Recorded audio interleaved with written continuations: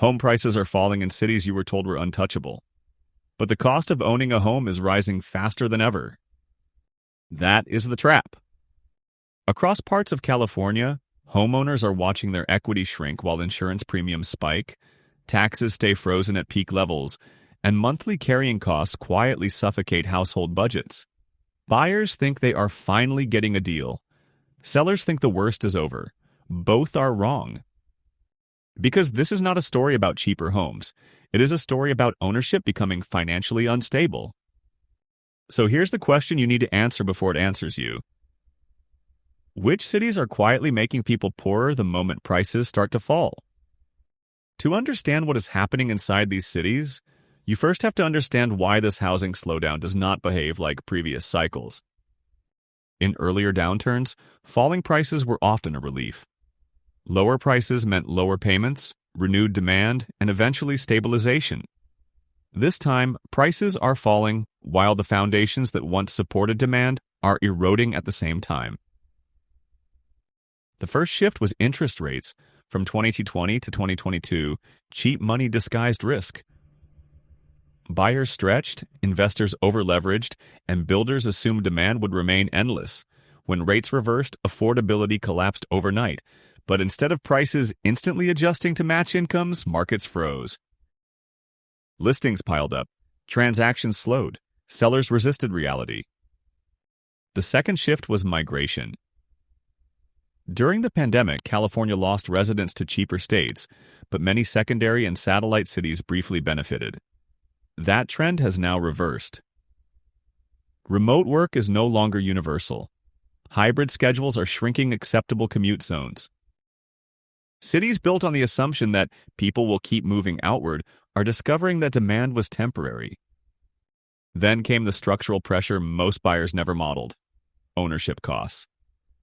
Insurance premiums surged as wildfire, flood, coastal wind, and heat risk were reassessed. Some homeowners were repriced, others were dropped entirely. Property taxes did not fall with home values. HOA fees increased to cover rising maintenance and insurance. Utilities rose as water scarcity and infrastructure stress intensified. This created a dangerous imbalance. Even when prices decline, the monthly cost of owning does not. In many cases, it rises. At the same time, investors, especially small landlords and short-term rental owners, are exiting.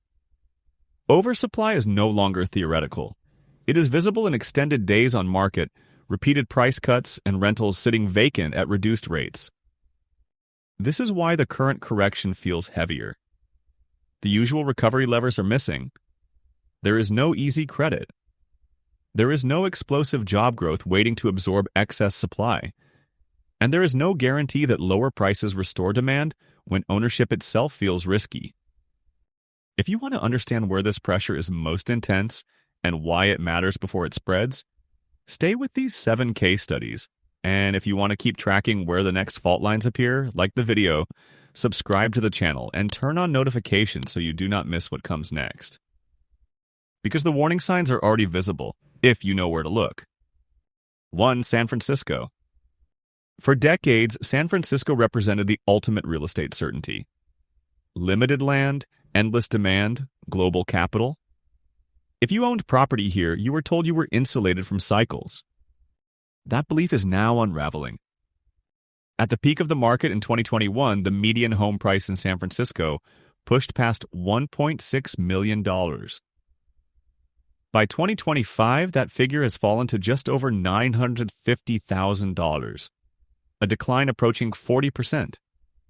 In the condo market, the damage is even deeper. Downtown and Soma units are down more than 50% in some buildings, with prices falling below levels seen a decade ago. But price declines are only the surface symptom. The real fracture came from employment. Between 2023 and 2024, tens of thousands of tech workers were laid off as companies reversed pandemic-era expansion. Office vacancies surged, reaching levels above 30% in parts of the city. Entire commercial corridors went quiet. Retail followed. Demand for urban living collapsed with it. At the same time, ownership costs refused to adjust. HOA fees in newer high-rise buildings routinely exceed $1,000 per month. Property taxes remain anchored to peak-era assessments. Insurance premiums rose as insurers reclassified earthquake, landslide, and hillside risk zones. For many owners, monthly costs barely moved even as their equity evaporated. The result is paralysis. Listings sit for months. Sellers hesitate to cut further. Buyers hesitate to step in. Investors quietly exit, absorbing losses rather than compounding risk. Condos that once symbolized financial arrival now function as negative carry assets, empty, illiquid, and expensive to hold. San Francisco was supposed to be the market that never broke. So what happens when the city that anchored California's housing narrative loses its gravitational pull? 2. San Bernardino. San Bernardino was never marketed as glamorous. Its appeal was simpler: affordability within Southern California, steady blue-collar employment, and the promise of gradual improvement. For a time, that narrative held. Then the math stopped working. During the peak of the 2021 frenzy, the city's median home price climbed to roughly $410,000. By 2025, that number has fallen to around $260,000, a decline of nearly 37%. In several neighborhoods once labeled revitalizing, values have been cut by more than half. Price reductions are no longer strategic. They are desperate. But falling prices alone do not explain the stress building here. San Bernardino entered this downturn already weakened. It consistently ranks among the poorest cities in California. Job growth lagged long before rates rose. When inflation accelerated and layoffs spread inland, households had little margin to absorb higher mortgage payments, insurance costs, and utilities. Crime compounded the pressure. Property crime rose as financial strain increased, eroding buyer confidence further. Schools underperformed. Public services thinned. Even routine permitting slowed as city departments struggled with staffing shortages. Ownership costs again tell the deeper story. Wildfire risk zones expanded toward residential areas, pushing insurance premiums higher and narrowing coverage options. Property taxes remained fixed near peak valuations. For homeowners already stretched, declining prices offered no relief, only shrinking exit options. There is also historical weight here. San Bernardino filed for bankruptcy in 2012, the largest municipal bankruptcy in California at the time. As prices fall and revenues tighten, residents quietly ask whether the city is approaching familiar territory. Homes are cheaper now, but fewer people can afford the uncertainty. So when a city with limited economic buffers enters a housing downturn, how much damage occurs before prices finally stabilize? 3. Stockton. Stockton has seen this movie before, and that memory is shaping how this downturn is unfolding. In 2021, pandemic-era demand and Bay Area spillover pushed Stockton's median home price to roughly $450,000. By 2025, that figure has slipped to around $290,000, a decline of more than 35%. In several lower-income neighborhoods, prices have fallen well over 50% from their peak. But Stockton's real distinction is not the speed of decline. It is the return of foreclosure pressure. Delinquencies have risen sharply as adjustable rate resets, higher insurance bills, and stagnant wages collide. Foreclosure filings are climbing year over year, particularly in neighborhoods that absorbed heavy investor activity during the boom. Many of those homes were purchased with thin margins, optimistic rent assumptions, and little tolerance for disruption. Insurance has intensified the strain. After updated flood zone mappings, thousands of properties were reclassified as higher risk. Flood insurance premiums surged, often adding thousands of dollars per year to ownership costs. For homeowners already underwater, this pushed monthly expenses beyond sustainability. The visual impact is unmistakable. Partially renovated homes sit abandoned. Bring all offers. Listings linger for months. Rental properties cycle through price cuts as tenants disappear or double up elsewhere. In some cases, owners quietly hand keys back to lenders, choosing credit damage over financial suffocation.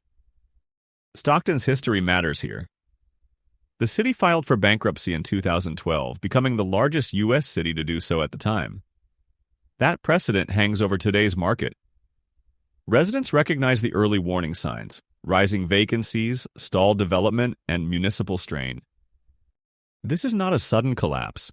It is a slow, grinding unwind driven by fragile ownership economics. When foreclosure pressure returns to a market that never fully recovered from the last cycle, how much resilience is left this time? 4. Oxnard. For years, Oxnard sold a carefully polished promise: coastal air, proximity to Los Angeles, ocean views without Malibu prices. It was marketed as Southern California's balanced alternative, luxury without excess. That illusion is breaking. In 2022, Oxnard's median home price hovered near $830,000. By 2025, it has fallen to roughly $540,000, a decline of about 35%. Along the coast, the correction is sharper. Waterfront condos that once traded above $1.2 million now struggle to clear $700,000, often after months on the market and multiple concessions. But the real damage is not in the listing price. It is in the cost of keeping the property. Insurance has become the defining pressure point. Coastal exposure, wind risk, and wildfire proximity have driven major insurers out of the area. Many homeowners are now forced into last resort coverage plans, where annual premiums exceed $6,000 and deductibles remain punishing. For some owners, insurance alone rivals a second mortgage payment. Property taxes add another layer. Assessments set during the 2021-2022 surge have not meaningfully adjusted downward.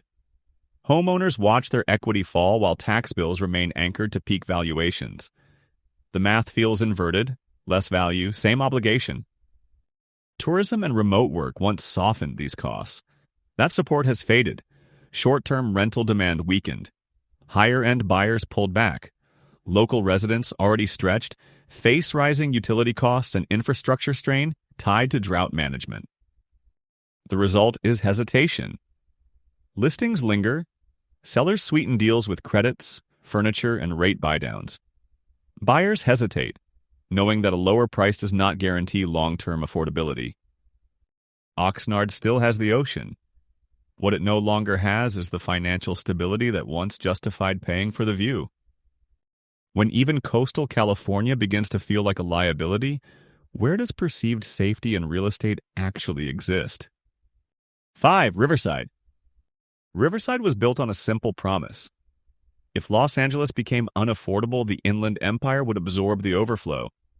More space, lower prices, a manageable commute. For years, that logic worked. Then the conditions that supported it disappeared. At the height of the 2021 surge, Riverside's median home price approached $570,000. By mid-2025, it has fallen to roughly $410,000, with many neighborhoods seeing declines of 30 to 50%. Listings now sit longer. Price cuts are no longer cosmetic. They are structural. Riverside's vulnerability lies in its economic base. Warehousing, logistics, and distribution, once reliable job engines, have slowed as automation expands and e-commerce growth cools. When employment softens in a commuter-dependent market, housing demand weakens quickly. Ownership costs deepen the strain. HOA fees have climbed steadily as insurance and maintenance costs rise. Property taxes remain fixed near peak-era assessments.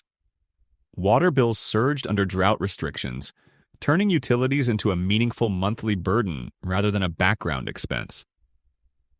For many households, total carrying costs increased even as home values fell. The investor exit is visible. Homes once purchased to flip or rent now sit half-renovated, frozen mid-project as financing tightened and resale margins vanished. Rental listings compete aggressively on price, yet vacancies persist, an indication that demand is not merely paused but absent. Riverside's problem is not collapse, it is erosion. The city depends on affordability relative to Los Angeles. When that affordability no longer offsets commuting costs, job uncertainty, and rising ownership expenses, the value proposition breaks down quietly, but decisively. If a market built on spillover demand loses the city it depends on, how long can it sustain itself before prices reflect that reality? 6. Palmdale. Palmdale was one of the clearest bets of the remote work era. Developers assumed distance no longer mattered. Buyers were told that long commutes were obsolete. Space, views, and brand new subdivisions would replace proximity. For a brief moment, it worked. In 2021, Palmdale's median home price climbed to roughly $470,000. By 2025, it has fallen to about $295,000, a decline of nearly 37%. On the outskirts, where the newest developments sit, prices have dropped even harder. Homes that sold near $480,000 now list close to $220,000 after repeated cuts. This was not a demand shock, it was a planning failure. From 2020 to 2022, construction accelerated under the assumption that migration would be permanent. Then interest rates surged. Hybrid work replaced full remote. Gas prices climbed. Living 70 miles from job centers stopped making financial sense almost overnight. The consequences are visible. Half-occupied subdivisions. Rows of identical homes with lockboxes hanging for months. Rental listings competing with each other at lower and lower prices, yet still sitting vacant. The oversupply problem here is not abstract, it is physical. Costs have not adjusted to match reality. HOA enforcement remains rigid even as water restrictions intensify. Insurance premiums have risen alongside wildfire exposure. Infrastructure has struggled to keep pace with expansion, forcing local government to seek outside funding while maintenance falls behind. So, Palmdale now feels suspended between intention and outcome. Too far to benefit from urban recovery. Too expensive to justify as a compromise. What was sold as freedom has become isolation. When a market is built on assumptions that collapse faster than the homes themselves, how long does it take before confidence disappears entirely? 7. Vallejo. Vallejo was marketed as a shortcut.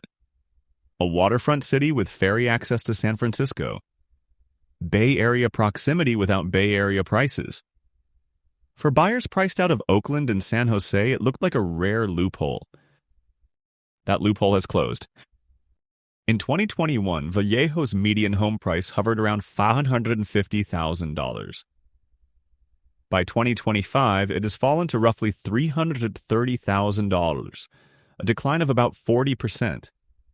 In several neighborhoods, prices have dropped closer to 60% from their peak. Listings cycle through reductions, return to market, and sit untouched for months. The problem was never just pricing, it was fragility. Vallejo's local finances have long been strained. The city has declared bankruptcy twice in recent history, and public services reflect that reality. Infrastructure maintenance lags. Emergency response times stretch. These issues were tolerable during appreciation. They become deal breakers during decline. Insurance accelerated the unraveling. As wildfire risk models expanded and insurers retreated, coverage became scarce and expensive. Homeowners faced rising premiums or limited options at the exact moment their equity began to disappear. For many, the cost of staying exceeded the cost of leaving. The emotional toll is visible in behavior. Longtime residents walk away. Some hand properties back to lenders rather than continue paying into a depreciating asset with rising fixed costs. Rental demand softened as remote workers chose cheaper states with fewer ownership risks. Vallejo was supposed to be the affordable edge of the Bay Area. Instead, it has become a case study in what happens when proximity is mistaken for stability. If the last refugee for reasonable Bay Area pricing cannot hold demand, what does that say about the foundation beneath the region's housing narrative? When cheaper homes still cost more. Taken individually, none of these 7 cities overturn the idea that housing markets move in cycles. Prices rise, prices fall. That part is familiar. What is different this time is what did not fall with them. Across San Francisco, San Bernardino, Stockton, Oxnard, Riverside, Palmdale, and Vallejo, the same pattern repeats. Prices retreated, but ownership costs stayed elevated. Insurance premiums climbed, taxes remained anchored to peak valuations. HOA fees increased. Utilities rose as infrastructure and climate pressures intensified. In many cases, the monthly burden grew heavier precisely when home values declined. This inversion breaks the traditional recovery logic. Lower prices no longer restore confidence. They raise questions. Buyers hesitate because affordability is unstable. Sellers hesitate because losses feel locked in. Investors exit because negative cash flow compounds risk. What remains is not a healthy correction, but a standoff, one defined by uncertainty rather than opportunity. The deeper lesson is structural. Overbuilding met temporary migration. Speculation replaced income growth. Belief in permanent demand overpowered basic math. When those assumptions failed, markets did not collapse all at once. They weakened unevenly, city by city, exposing which foundations were strongest and which were never solid to begin with. This does not mean prices will fall forever, but it does mean the old rules cannot be trusted blindly. So the real question is not whether these cities will recover.